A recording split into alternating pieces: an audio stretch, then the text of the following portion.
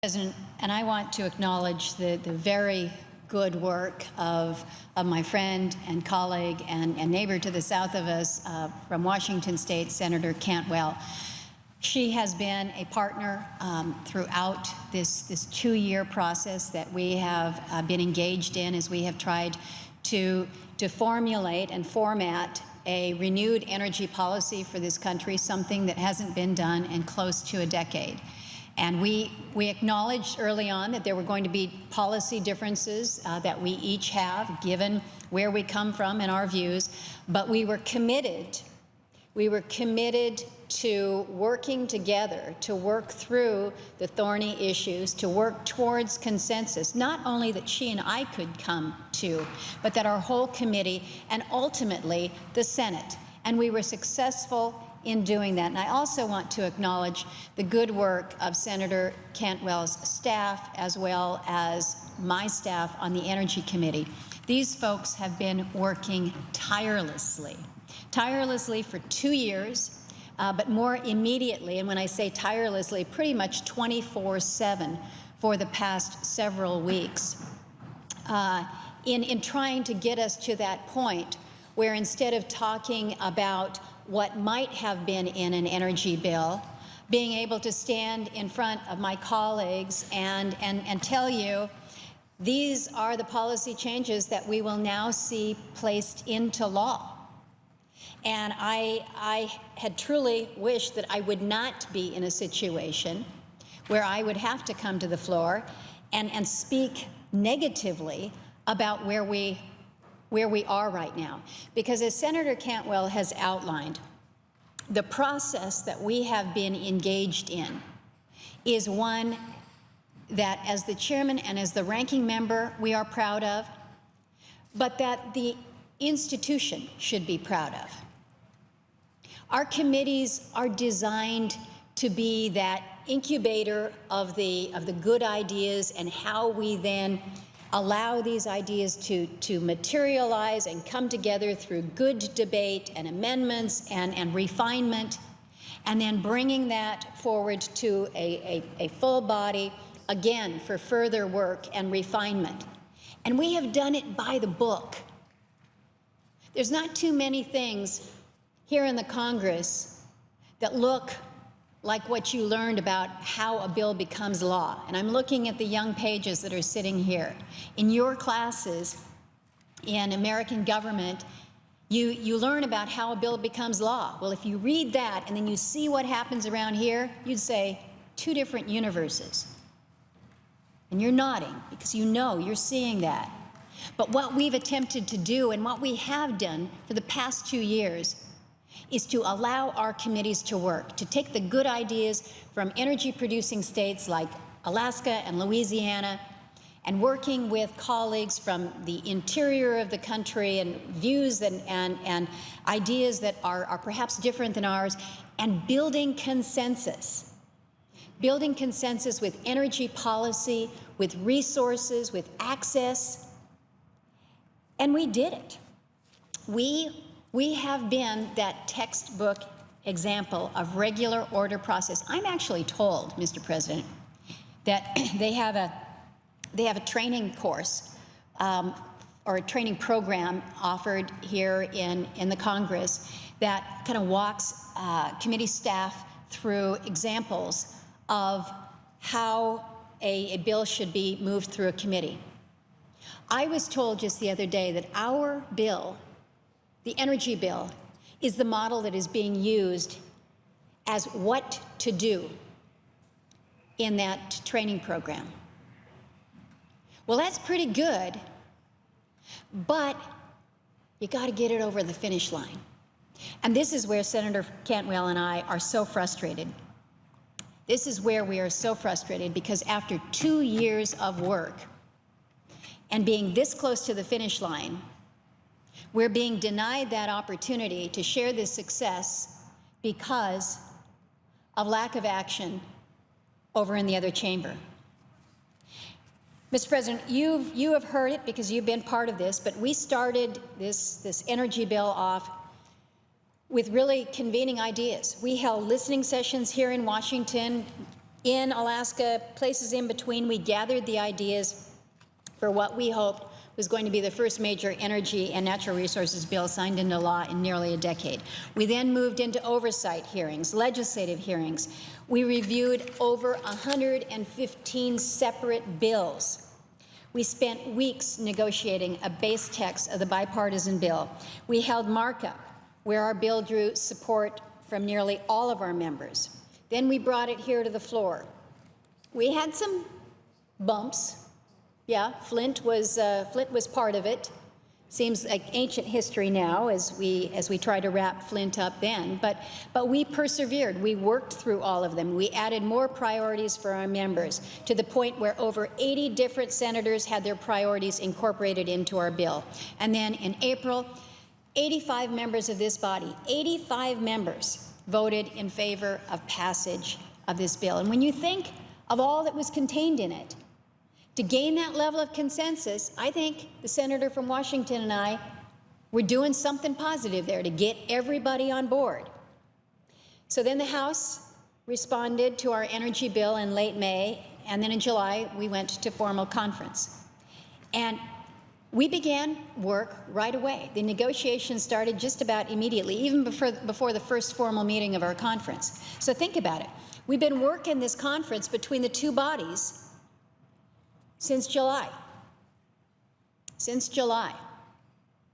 And not just on an occasional basis, working this aggressively. During this conference, we've held more than 75 bipartisan and bicameral negotiating sessions at the staff level. There have been countless more meetings and daily interactions amongst our staff.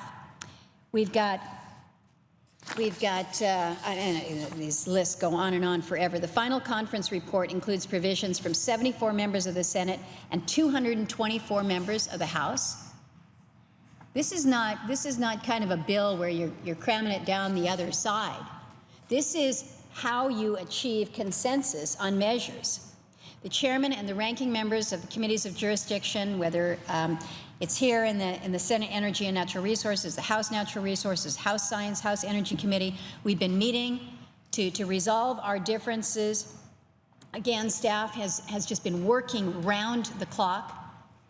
And then just this weekend went through hundreds of pages to close out all of the issues. All of these issues. And again, we did it by the book. We did what we were supposed to be doing. We were the team players here. We adhered to the regular order process. You know, Senator Cantwell said we were doing the normal process. I don't know. I think what we're doing now is extraordinary. It's not normal. Because it seems that if there's guerrilla warfare that's going on, that seems to be the way to move a bill nowadays. That doesn't send a very powerful message for those who want to work to gain consensus, who want to use the committee process to build things. We were really on the right track until just a couple weeks ago when it became pretty apparent that the House was just done. The House was done. And they stopped negotiating in good faith. They stopped trying to work to reach agreement. Mr. President, I see you giving me the high sign that my time might be coming up, but I need about 5 minutes if my colleague would indulge me. I can do a little less. Thank you. Thank you. So we are at that point where we have the House that is going out. We're told that we here in the Senate are going to be wrapping up shop here. But as Senator Cantwell has outlined, what colleagues need to know is what is being left on the table. It's not just the guts of this conference bill that we have negotiated that is on the table. What's on the table is we just don't think it's going to be necessary to put so much time and effort into good committee process that builds good consensus, that gives a good product. That's a problem. That's a problem to me. And I think it's something that we're going to have to be working on. We're going to have to work on aggressively in this next year. Now, there have been a lot of speculation about, okay, what's really going on? What's the problem? Why can't you get a deal? Well, I mentioned to you that we have closed out every aspect of this bill with the exception of 2. But there's been a lot of excuses out there that we don't have enough time. The bill's too complicated. There's not enough in it. Well, no, wait a minute, there's too much in it. So we worked to address all that, and we got it down to 2 issues.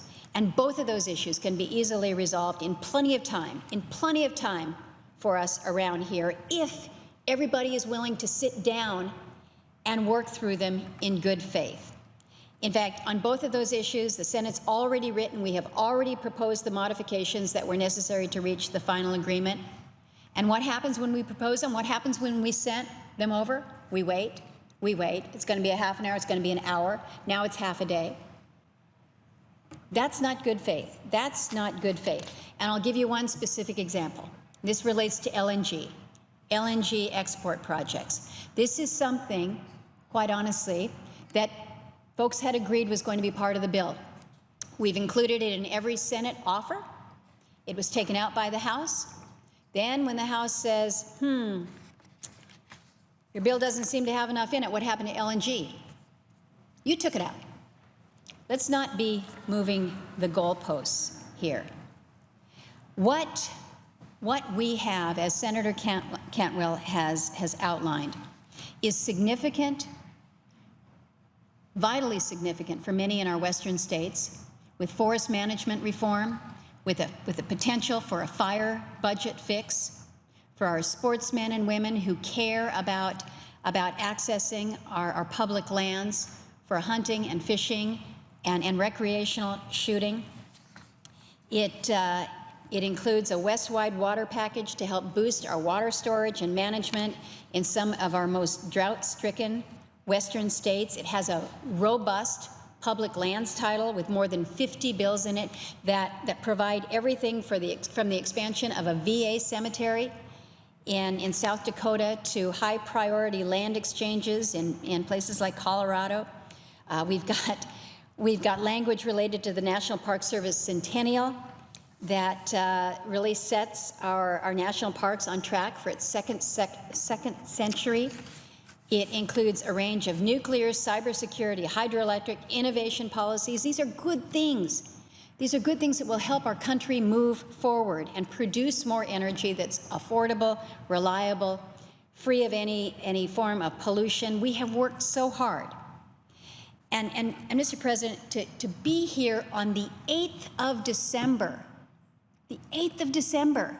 and say we're out of time. Well, tell that to the sportsmen who have been working for 6 years to get its sportsman's package through. And we're here on December 8th, and we're saying we're done.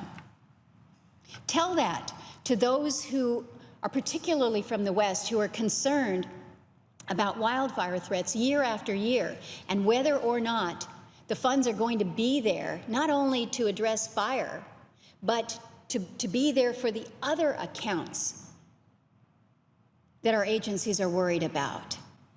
Tell them that we ran out of time on December 8th. We haven't run out of time. We have run out of a desire to work together to finish important work for this country. We have time. So don't make excuses. Don't run out the clock. Recognize that what we have worked on for 2 long, strong years deserves to be placed into law. So I urge my friends and my colleagues in the other chamber, work with us on this. Let's not give up on energy policy. And with that, Mr. President, I yield the floor, and I thank my colleague for the indulgence of